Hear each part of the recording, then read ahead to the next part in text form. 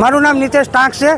બાળક મળવા માટે 10 વાગે જ્યારે ફાયર બ્રિગેડના પટેલ સાહેબે એમ કીધું કે સાહેબ અમને આ ગટરની સાચી માહિતી આપો કે આ ગટર કઈ રીતે જાય છે ને ક્યાં જાય છે, તો કે આ ગટર કે ડાયરેક્ટ પ્લાન્ટમાં જાય છે।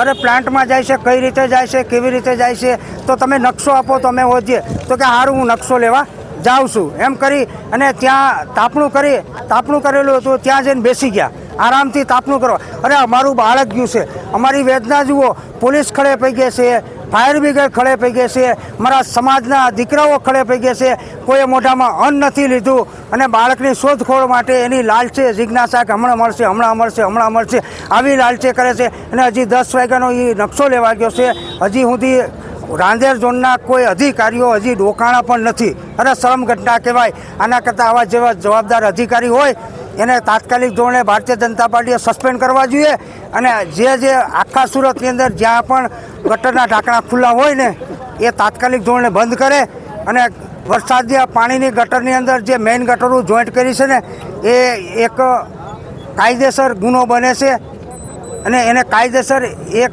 તાત્કાલિક બંધ કરાવો, જેથી કરી જો આ વરસાદી પાણીમાં અત્યારે પાણી નથી।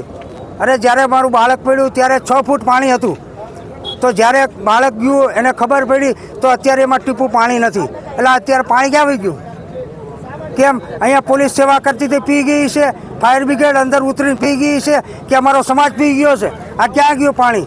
તરત એને ગટર બંધ કરી દીધી।